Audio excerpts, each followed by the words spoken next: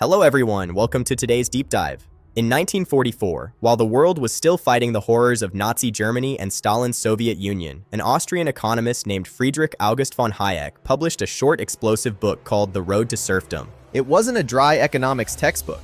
It was a passionate warning to the free world, especially Britain and America, that the very ideas they were flirting with could quietly destroy their freedom. Today we're going to break down the book's main points, the historical context that made it urgent, and the powerful lessons it still holds for every one of us. By the early 1940s, socialism and central planning had become fashionable even in the democratic West. Many intellectuals believed that government should run the economy to prevent another Great Depression and to create a fairer society. Hayek, who had watched totalitarianism rise in Europe, saw the danger. He had lived through the collapse of the Austrian Empire, the rise of fascism, and the spread of socialist ideas. He wrote The Road to Serfdom while teaching at the London School of Economics, deliberately aiming it at ordinary readers, not just academics. His core message was simple and terrifying. The road to serfdom is not taken by evil people with evil intentions. It is taken by well-meaning people who believe that a little more government planning will solve society's problems. Hayek's central thesis is this: central economic planning and individual freedom cannot coexist. Here's why.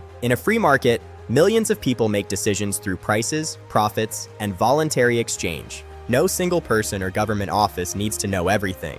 But when the state takes over planning, who gets what, how much is produced, who works where, it must decide whose needs come first. That requires coercive power and control. Once the government controls the economy, it must control people's choices, their jobs, their speech, and eventually their thoughts. Hayek shows that this process is not accidental. It is inevitable. The planner starts with noble goals, but soon discovers that people won't voluntarily give up their freedoms. So the planner must use force. And because planning fails to deliver the promised utopia, the failures are blamed on saboteurs, greedy capitalists, or enemies of the people. One of the most chilling chapters is titled, Why the Worst Get on Top. Hayek explains that in a planned society, the people who rise to power are not the kind, gentle idealists. They are the ruthless ones willing to lie, bully, and crush opposition. They will do anything to make the plan work.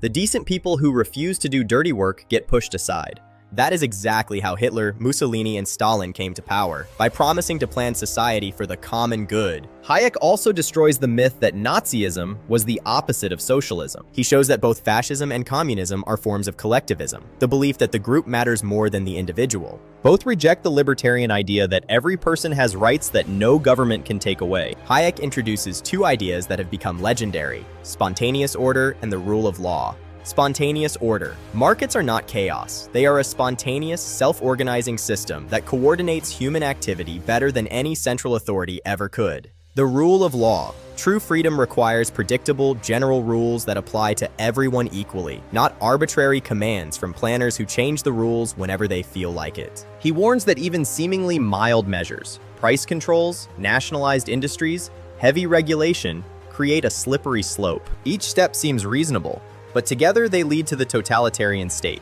So what should you, the viewer, take away from The Road to Serfdom? First, good intentions are not enough. History is full of disasters created by people who wanted to make the world better. Always ask, what are the actual consequences of giving government more power, not just the promised ones? Second, economic freedom and political freedom are inseparable. You cannot have one without the other. If the state controls your job, your wages, your housing, your healthcare, it ultimately controls your life. Third, stay vigilant against creeping collectivism. Hayek wasn't against all government. He supported a safety net and the rule of law. But he insisted that once government crosses the line from referee to central planner, freedom begins to die. Fourth, ideas matter. The book's greatest victory was shifting the Overton window. It influenced Margaret Thatcher, Ronald Reagan, and generations of thinkers who defended liberal democracy. Finally, personal responsibility. Hayek reminds us that freedom is fragile and requires constant defense by ordinary citizens. It is easier to let someone else plan your life than to take responsibility for your own choices. But the price of that convenience is serfdom. The Road to Serfdom is not a pessimistic book. It is a call to courage. Hayek ends by saying that the battle for freedom is never finally won, but it is never finally lost either. So long as we remember the road we are on and choose, deliberately, to turn back toward liberty. If you haven't read the book, grab a copy. It is short, clear, and more relevant in our age of big government, big tech, and big promises than ever before. Thanks for watching. If you enjoyed this summary, hit like, share it with a friend who needs to hear it, and let me know in the comments. What's one lesson from Hayek that you think our society needs most right now? I'll see you in the next video. Stay free!